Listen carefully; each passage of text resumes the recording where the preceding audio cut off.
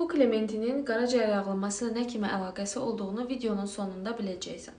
Amma ondan öncə 2 yaşlı uşaqdan tutun da 80 yaşlı yetişkin insana qədər hər kəsi öz əlinin içinə ala bilən, son nəticə etibarilə sirroza və qaraciyər çatışmazlığına, bununla da qaraciyər transplantasiyasına, əgər kiminsə pulu varsa təbii ki, apara bilən bir xəstəlikdən danışacağıq. Bu qaraciyər yağlanmasıdır.